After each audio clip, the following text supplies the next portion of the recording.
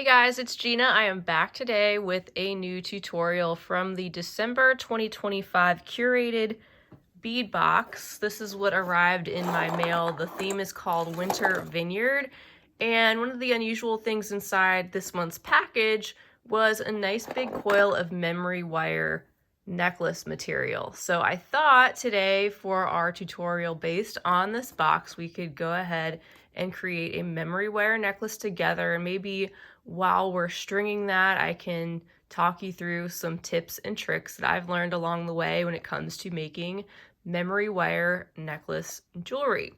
Also, I just want to let you know I have the link for the subscription down below in the description section. And I also have a coupon code, it's GINA35. That'll save you 35% off your first package, making your first box only $13 shipped if you're in the US. So it's a great deal, highly recommend it, and you get a lot of really basic items. So I recommend it especially for beginners or people who just want to do some simple stringing or getting the kids involved. So today what we're going to be using is, of course, our memory wire coil material, and we're going to cut off about 1.5 coils worth. That'll give us enough for one single strand necklace with some additional to, have extra at either end to finish up our necklace. We'll also be using the size 6/0 seed beads that came in this month's package. And as you can see, we'll be using some of the silver round beads in that drizzle. They're an 8mm size, and 3 of these specialty larger chunky crystal beads. In addition to those from the box, we also get some findings every single month. And from that little package, we'll be using a lobster clasp and 2 jump rings. And some personal tools of mine, we'll be using the round nose pliers, possibly some chain nose pliers. And then I definitely recommend some memory wire, specialty wire cutters. You don't want to use your regular wire cutters because this material is so strong it will damage those. So if you'd like to make this along with me, perhaps gather up your materials and we will jump into this tutorial. All right, so the first thing I want to do is trim off about 1.5 coils of my memory wire material. And again, this is specific for necklaces. There is memory wire that is specific for bracelets, and they did include some of that in the box as well. Actually, every single month they do include the bracelet material. So we have our 1.5 coils here, and I don't have enough beads from what came in the box to make a second necklace just like this. So what I'm going to do is actually take this one apart and we're going to reconstruct it on a new piece of memory wire. I will be using my bead board to lay everything out as I take that necklace apart, just to get everything kind of organized for how we want to string that on. That's something that I do recommend when you're working with the memory wire, especially. Spend a little time in the beginning doing the preparation for what you're going to string on, and then it'll just be a matter of stringing everything on from one side to the other. So let me go ahead and take this apart. We'll get organized and we will start constructing our necklace. All right, everyone. So I have deconstructed that necklace, and as you can see, I've laid out everything on the bead board. And in the end, it's going to be about an 18-inch necklace with the overlap on either side, which is normal. And you don't even really have to add a clasp, but I'm choosing to just to give it a nice finish. And what I recommend first, once you have your piece of memory wire necklace material trimmed, a little bit longer than you want, you're going to be stringing these beads on from one end to the other. And you want to either use a temporary stopper, some type of clip or something, or just go ahead and make a loop on one end of your wire, and that will act as a stopper. We're going to just do that at this point, and I'm going to use the round nose pliers to turn a loop inwards at the very end, just on one end. So I'm going to take my pliers and just grab those right at the end of the wire on one end and gently start to twist that inward. And it's such a strong material that it's going to take a couple different tries to do that, but just keep at it. And you want to make sure that your wire loop that you create at the end is closed, because obviously if you have any of that sticking out, it might scratch you or poke you and not feel very comfortable. So just do the best you can to create a little loop at the end like this and twist that inward and just get the end of that wire to meet up with the other piece of wire there best you can. So now that we have that one loop in place, we can go ahead and string on our beads in the order that I've laid them out, and I will show you a little bit more of the board. We're going to be starting out with the size 6/0 seed beads here. I've got 14 of those. And then as far as the 8mm larger silver beads go, I've just kind of staggered them, going 1, 2, 3, 4, 5, various sections, getting a little bit larger with the silver bead sections as I go, with a single seed bead in between each, and then meeting there in the center with those larger 3 focal crystal beads, and of course doing the same thing on the other side to make it symmetrical. So now that we have that laid out and we have our memory wire with the loop in place there on the end, we can do some simple stringing. So we're going to go from this furthest end, starting with those size 6/0 seed beads.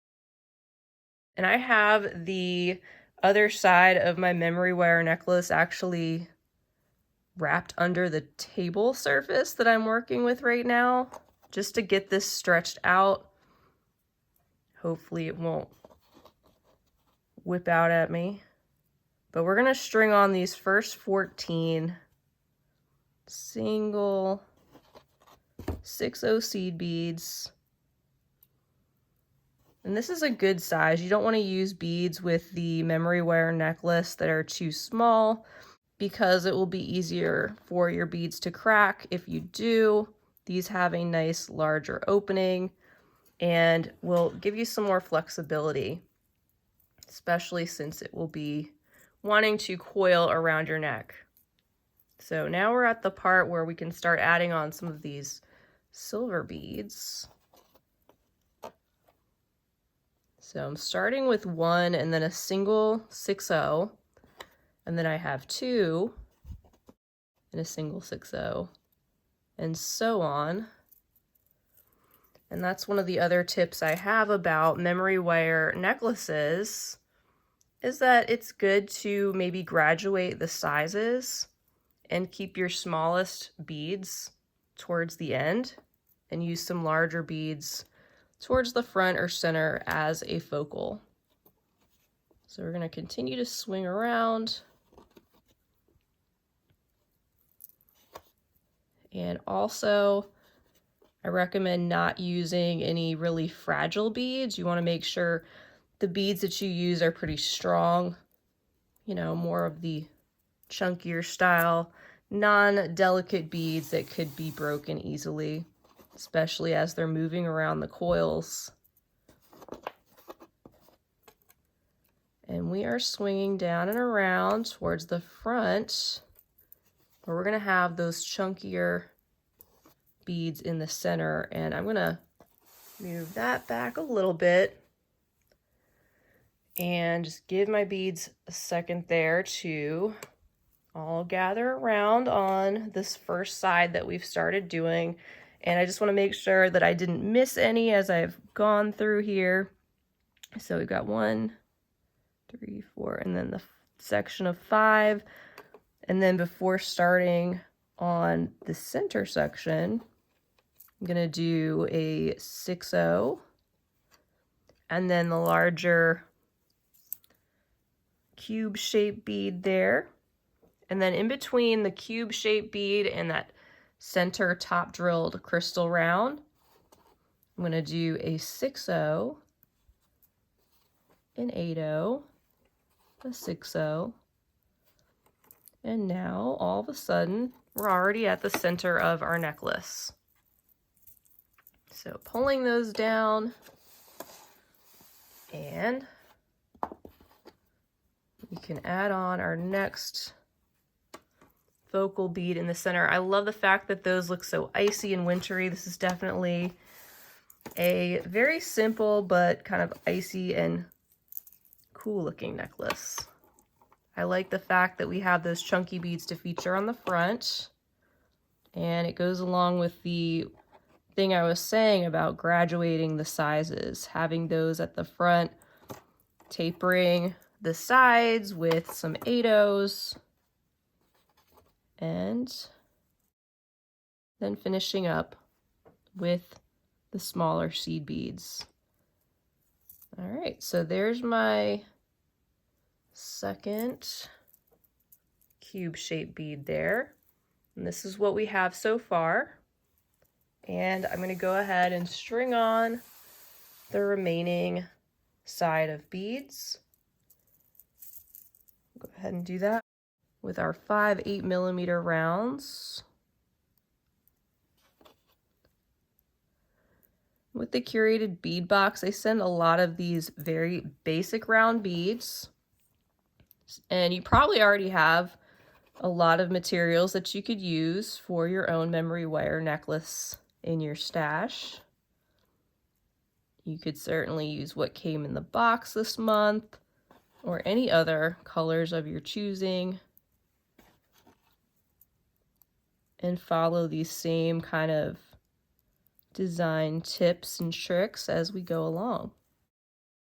All right, so we're almost done with this side. We've got our 2 8mm to add on. It also helps to mix up some of the bead sizes like I've done here. Just gives the overall shape more flexibility. And with the memory wire material, it has a tendency to just, automatically look kind of stiff, just like it is. So when you add beads of different sizes, it gives this more dimension and makes it look more interesting. All right, so we've got enough room here, plenty to work with to finish up with our remaining 14 6-0 seed beads.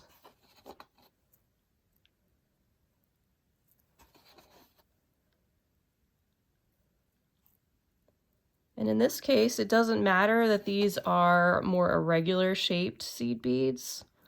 They're not the super high quality premium ones you'd use for a bead weaving project. And I kind of like that for this type of project because there is a little bit more texture going on with these being slightly irregular.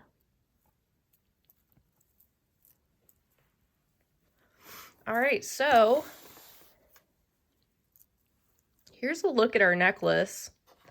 And another thing, as we are getting towards our very end of this project, where we're going to be finishing this off, I want to mention, you probably saw at the very beginning, I did leave a good 1/2 inch on both ends of this necklace, free and clear without any beads at all. And that was intentional.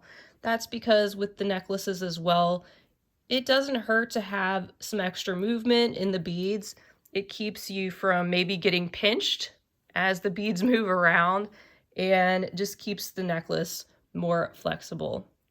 So I'm going to just kind of hold this here with my finger, leaving that little 1/2 inch free, and just scooting the beads along tightly along the remainder of the wire. And I'll bring back my memory wire cutters. And I can see that I want to leave about 1/2 inch on this side and have enough to make a matching coil on the other side. So at this point, You want to just be methodical about where you cut, because obviously you can't go back and fix that if you've cut the wrong amount and it's too short. So err on the side of being a little too long. I'm going to cut it, let's see, right about here. So I'm going to leave myself that 1/2 inch plus maybe another 1/2 inch or so. So I'm going to leave about 1 inch over here where I'm going to cut right there. And my beads did scoot back from the other side. So once I have it like this and overlap it, you can see I left the 1/2 inch plus another 1/2 inch there for the loop. And I'm going to go ahead and take my round nose pliers and make that other loop on this side. So just placing that about the same spot on my pliers where I did the other loop to make those shapes kind of symmetrical and match up. And just gradually grabbing that wire and twisting it in the direction I want it to go. There we go. So now we have our necklace secure. Our beads are not going to go anywhere now because of those loops on either side. And you can see how the necklace does overlap, so technically it could probably just stay on your neck the way it is. But if you want to add another little finishing touch, we can add a couple of jump rings and a lobster clasp, because why not? They did come in the Curated Bead Box too. So to do that, we can just grab our chain nose pliers and begin by opening up one of those. On one side, I'm going to go ahead and add the lobster clasp to that jump ring that I have open, like that. And then we can add another jump ring to the other side. And also another little thing you can do is add a fun decorative charm to one of these loops on the back too. You could even get creative and add an extender chain. So I'm just twisting that jump ring closed. It just gives another spot for that lobster clasp to grab onto. All right, so that wraps it up for our memory wire necklace. I hope you enjoyed this tutorial and I hope it was helpful for you. Again, if you want to subscribe to the Curated Bead Box, you would be getting the next month's box. Not this one, most likely, if you subscribe this month. But you can use the coupon code GINA35 if you want to save 35% off your first box. And again, I'll leave that as well as the link to this subscription right down below the video. I'll also have a list of the materials I used today. You can refer to that if you wanted to pick up any of these items separately. You can feel free to do that as well. Well, feel free to leave me a comment down below. I'd love to know if any of these tips and tricks were helpful, if you went ahead and tried a memory wire necklace of your own, or if you have any other tips and tricks for memory wire necklaces you would like to share. Please feel free to do that down in the comments below as well. Don't forget to like and subscribe, and I hope to see you all again next time. Until then, have a fabulous rest of your day, and as always, happy beading.